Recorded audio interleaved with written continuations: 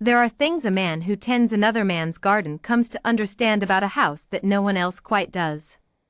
He does not sit at the family table. He does not pour the wine or stand at the rear of a meeting waiting to be noticed.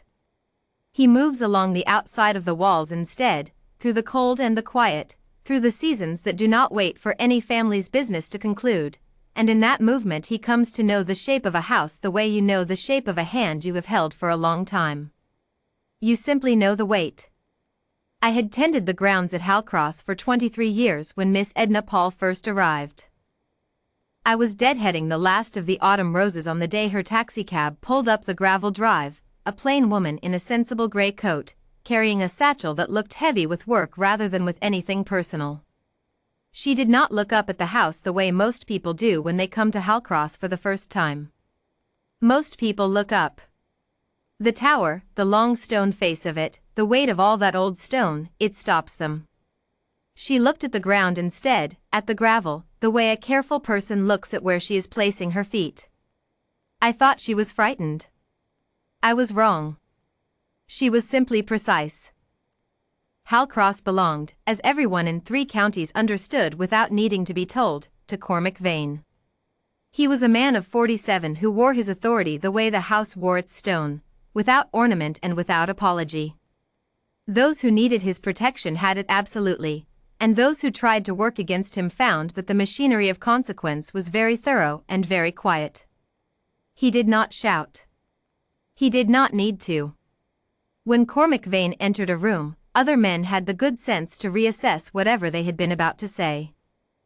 He had inherited, along with the house and the grounds and the considerable weight of the family name, a private archive, for rooms of ledgers, correspondence, land surveys, estate accounts, and, at the far end, wrapped in conservation cloth and catalogued in no particular order, an accumulation of family portraits, decorative items, and documents whose precise provenance no one still living quite knew. The archive had sat unaddressed for 11 years. The previous archivist had died in service. The one hired after him had left inside of a month without adequate explanation. Miss Paul was the third. She was given a small salary, a set of keys, and very little else by way of welcome. Mrs. Henning, the estate's administrator, showed her the rooms in a brisk 20 minutes and told her the archive inventory was in a poor state, which was the first understatement Miss Paul would hear at Halcross. She began work the next morning. I know this because I passed the archive's north-facing window at first light on my way to the kitchen garden, and the lamp inside was already burning. For 7 months, she came and went like a season nobody was watching for. She took her meals in the small staff room rather than the servants' hall, because the servants' hall was loud at midday and she was reading while she ate. She returned borrowed pencils. She thanked the kitchen girls by name, which none of the previous archivists had bothered to do. She did not complain about the cold, and those north-facing rooms were cold, even with the portable heater the estate had provided, and she did not ask for anything that was not strictly necessary for the work. I am not certain Mr. Vane knew her name in those first months. I am not certain he knew precisely what she looked like. She was the archivist, a function of the house, as invisible to a man of his standing as the water in the pipes or the weight-bearing walls. This was not cruelty. It was simply the way of a large estate. There are people who move through a house like furniture, and the furniture does not expect to be introduced. The portrait in question was a full-length oil, approximately 160 years old by the dating on its frame, depicting a woman of perhaps 35 in a deep green dress. It hung at the back of the second archive room where the conservation cloth had been pulled and not replaced, and Miss Paul had been sitting with it, on and off, for 2 weeks before the appraiser arrived. His name was Brinnock. He came from one of the city's older auction houses, retained on a previous administrator's recommendation, and was the sort of man who wore his expertise like a coat that had cost a great deal. I was trimming the espalier along the south wall of the kitchen garden the morning Brinnock left. I did not see what passed between him and Miss Paul. What I heard, from the housekeeper at lunch, was that he had inspected the portrait over an hour and a half, declared it a fine period copy of no particular historical significance, and submitted his written authentication in an envelope by afternoon post before Miss Paul had finished the questions she had brought to ask him. Fine period copy. No particular historical significance. That evening, I noticed her lamp burning past 11 o'clock. I am a gardener. I know very little about authenticating historical portraits. What I came to understand, in the days that followed, was this: Miss Edna Paul knew rather more than Brinnock had estimated. She had spent 11 years before Halcross working in the conservation department of a regional museum, cataloging provenance on works exactly like this one, and she had seen 2 forgeries successfully misattributed.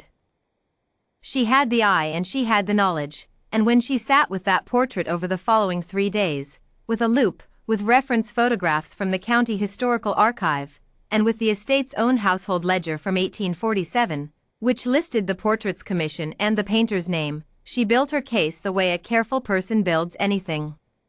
1 brick at a time, checked for level. The painter named in the 1847 ledger was a man of some renown in his time. The portrait, if genuine, was of his late wife, the only surviving painted likeness of her, by any artist, anywhere. It was not a fine period copy. It was the original. And Brinnock's authentication was not an error. She said none of this to anyone in the house. What she had was a clear, documented record of the discrepancy, and a question about what to do with it.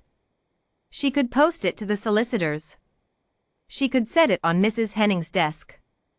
She could, as a quieter person might have chosen, simply note it in the catalogue and leave it for the next archivist to find.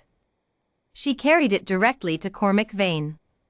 I cannot tell you what passed in that study. I was not there.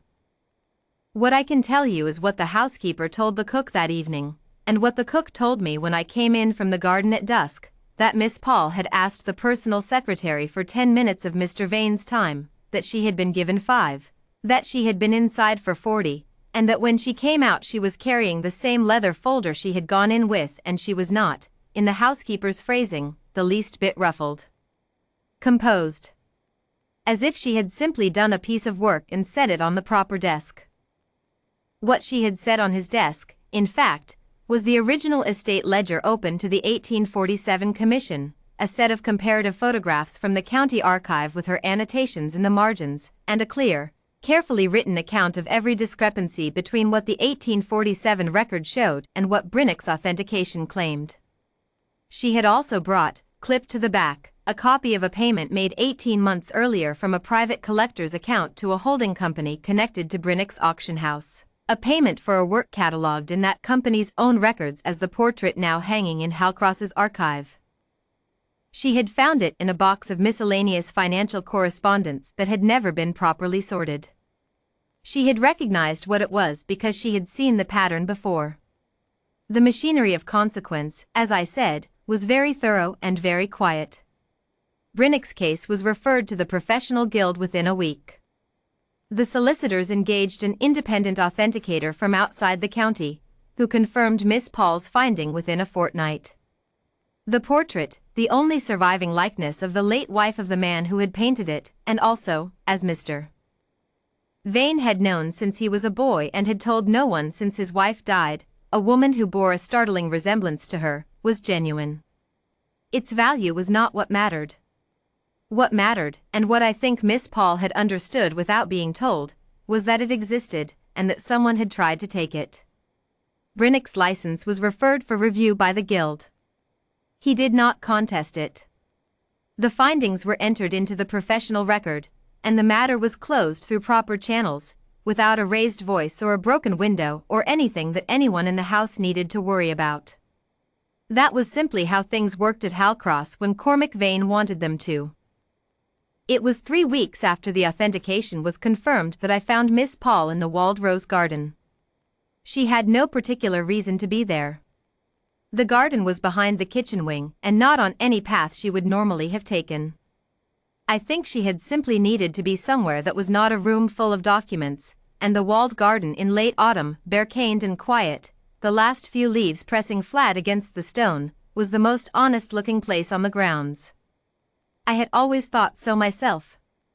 She was sitting on the bench by the south wall with her hands loose in her lap and her face turned up to what was left of the afternoon light. She looked, for the first time since her arrival, like a woman who had put her work down. I said good afternoon and she said it back, and for a moment we were simply two people in a quiet garden at the end of the day. Then she said, in the careful way she had of saying things that she had thought about before she said them, that she had received something that morning that she did not quite know what to make of. She had found a sealed envelope on her work table. Inside was a receipt, stamped and dated, from the village physician's practice in the town where she had grown up, confirming that a balance carried in her late mother's name had been cleared in full. There was no note. There was only the receipt and the seal of the Halcross estate pressed into the wax of the outer envelope. She said she did not know how he had found out about it. She said she had not mentioned it to anyone. I told her, because it was true, that I did not know either. What I did not tell her was that I was not surprised. I had tended Cormac Vane's grounds for 23 years, watching him the way you watch a man whose land you work, not intrusively, but constantly, the way you watch the weather. I had seen him, twice, pause at the north-facing archive window on his way to the garden rooms in the early morning. I had assumed he was thinking about something else. I was reconsidering that assumption. She was still sitting with the receipt in her hands when I heard the side door of the kitchen wing open. I did not turn around immediately. When I did, Cormac Vane was crossing the kitchen garden toward the walled gate, wearing his coat against the cold, walking the way he walked when he was not performing anything for anyone, steadily, without hurry, like a man going somewhere he had decided to go. He stopped at the gate to the rose garden. He did not come in.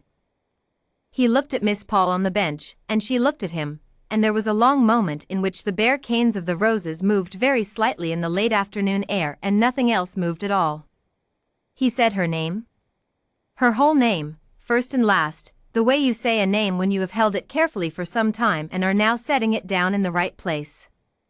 Then he asked her, one careful word at a time, whether she would consider staying on at Halcross, not as archivist, he said, but in whatever capacity she found fitting, for as long as she chose. She did not answer immediately. She was a precise woman, and she did not spend words carelessly. She looked at him for a moment with those level eyes, and then she looked down at the receipt in her hands, and then she folded it, once, along its original crease, and put it in her coat pocket. She said she would think about it. He nodded. He was not a man who pushed. He said there was no hurry, that he would leave the lamp in the archive burning as long as she needed it. Then he turned and walked back through the kitchen garden and in through the side door, and the door closed behind him, and the garden was quiet again. I went back to my work. But I found, as I walked the long way around to the shed to put my tools away, that I was smiling in the manner of a man who has tended a garden long enough to recognize the beginning of a growing season. She stayed. She gave him her answer 3 days later, in the archive doorway, in the same careful and unornamental way she did everything. She stayed through the winter, and the winter after that. And if you had asked me, in those 23 years, what kind of thing it took to reach the man who lived inside that house, the man behind the stillness and the authority and all that old stone, I would not have known how to answer you. I know now. It was not power. It was not flattery. It was not a grand gesture or a performed virtue. It was a woman who found the truth in a room where no one else had thought to look, and carried it to the right pair of hands, because it was the right thing to do. That was all. That was everything.